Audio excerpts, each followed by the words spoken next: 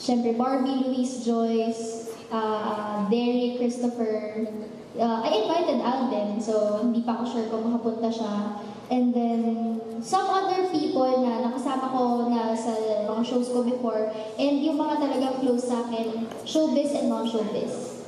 If there's one message you wanted to give to Mommy na Karina, what would it be? Wow! May pa-message,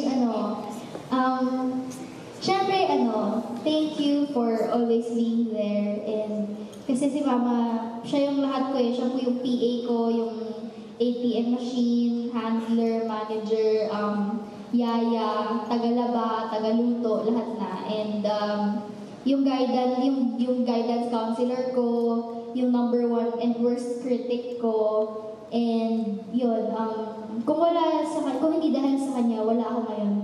And if not dahil sa kanya, hindi ako magiging ganito kung sino ko at ano ko ngayon. So I owe it everything to her. So yun. Thank you so much. Thank you po. Bakit ang lakas ng boses ko? Pwede po pahinaan. Parang feeling ko lakas ng boses ko. Thank you po. Hi, Bea. Hello po. Happy birthday. Thank you po. Ngayong 18 ka na, ano yung mga sa palagay mo pwede mo nang gawin sa career mo na hindi mo nagawa before? Ano nga ba? Siguro more mature way of acting. Kasi kapag sinabing mature, hindi naman po yan ibig sabihin maghuhubad ka na sa TV, diba?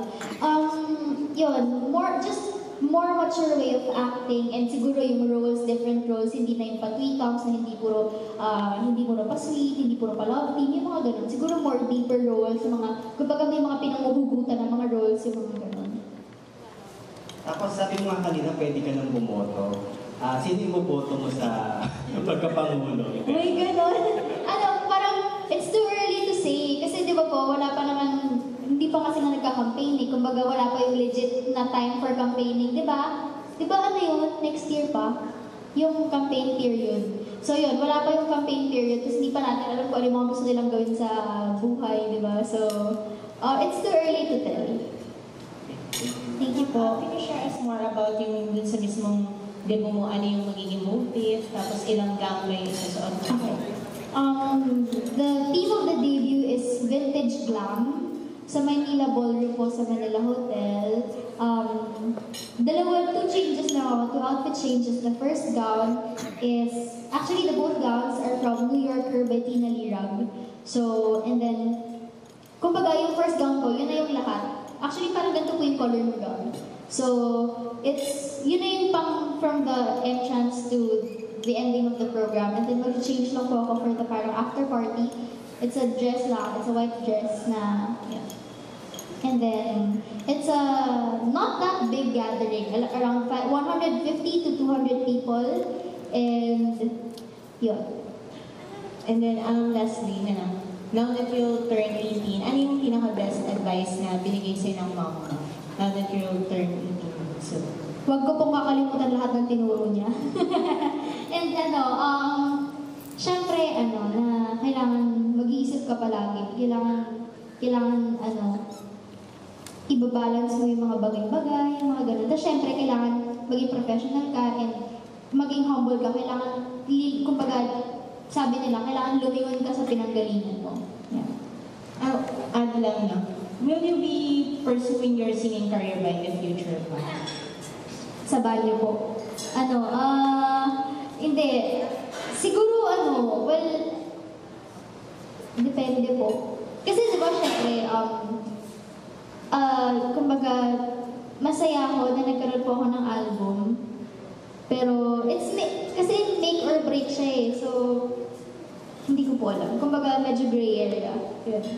Nakapag-decide ka na ba na magkakaroon ka na like this time, nag-decide ka na mag-escort, or ano ka rin? Wala pa rin escort.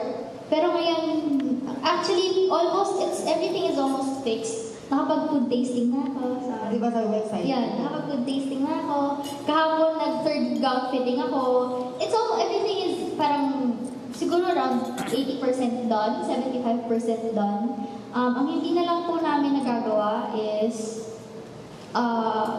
mag-send ng invites. And wala pa akong sapatos. And then, I think yun na lang.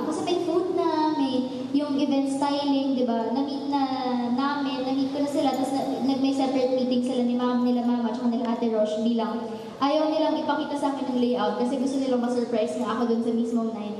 So, yun. Food, gang, nakapag-send na ako ng save the dates, cake, and everything. It's almost done.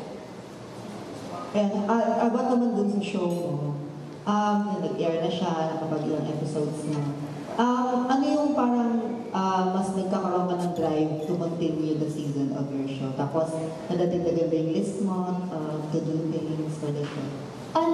Nakakatuwa kasi ang daming nagsasabi na nahuhook daw sila sa show, na iba nagsasabi na hindi sila mostly nakakatapos ng isang TV show pero natatapos nila yung Bido yung mga ganun. So natutuwa ako kasi they're interested with what's happening. And yun, it depends kung itutuloy.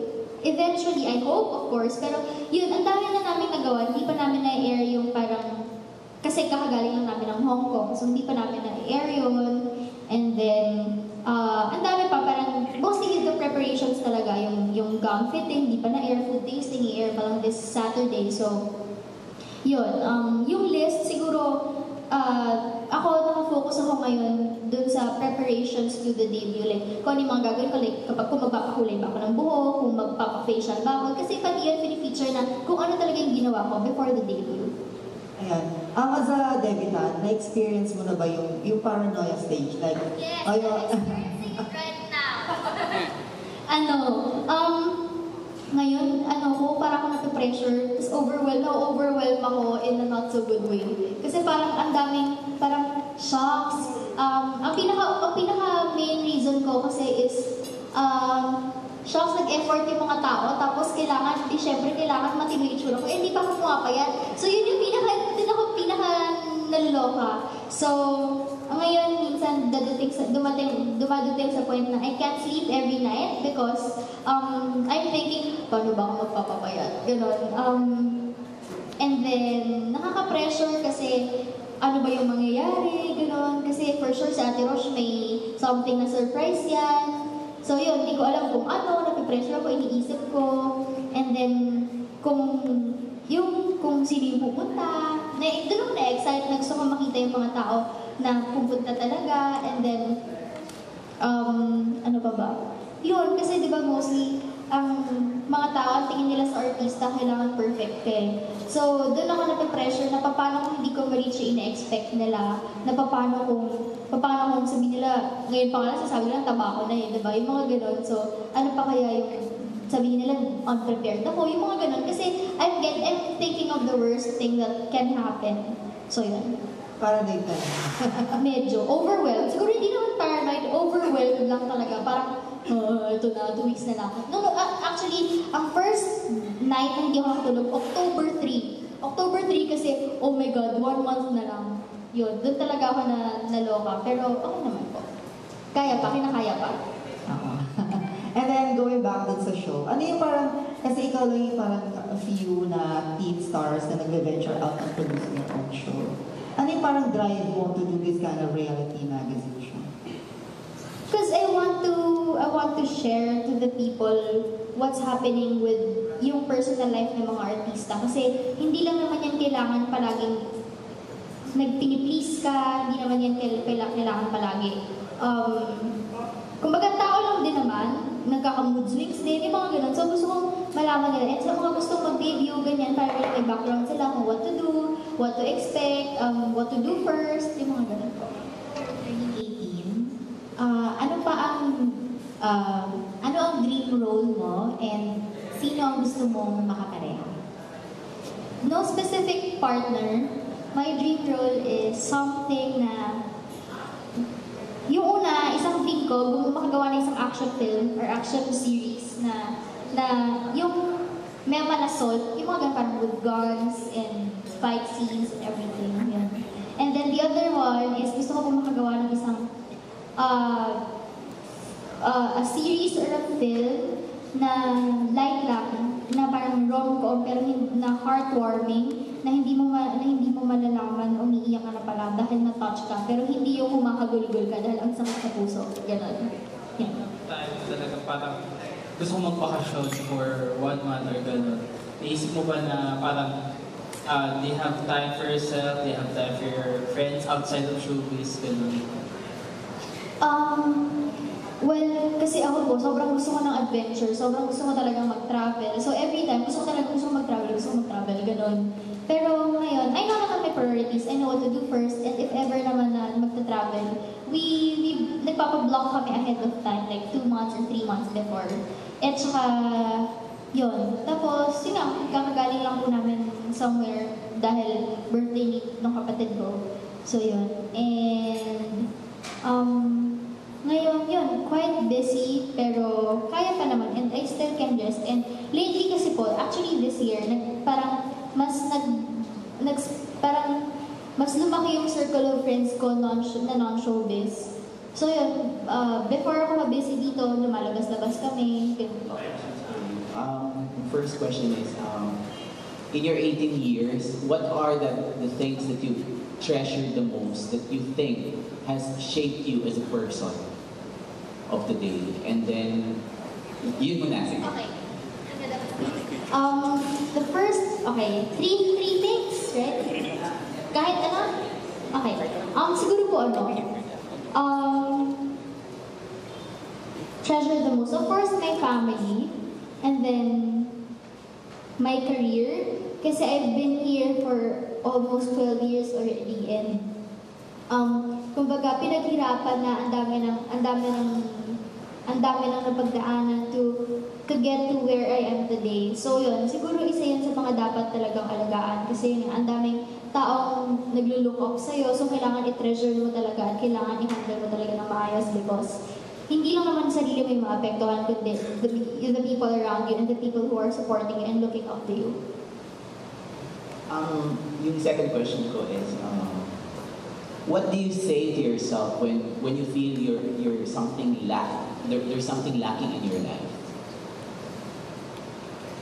Everything happens for a reason, and I just tell myself na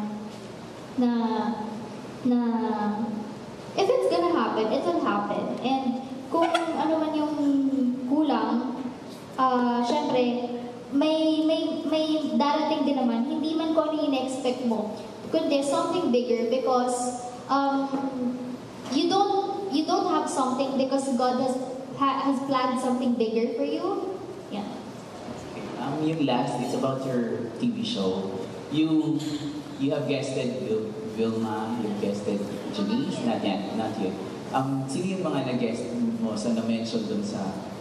Actually, the AVP po is about parang kung sino yung mga gusto kong ma-interview na parang gusto kong kumuha ng inspiration sa kanila, ng tips sa kanila, pero wala pa po ako nag-guest sa kanila. Ang nag-guest ko pa lang is mga friends ko, yun.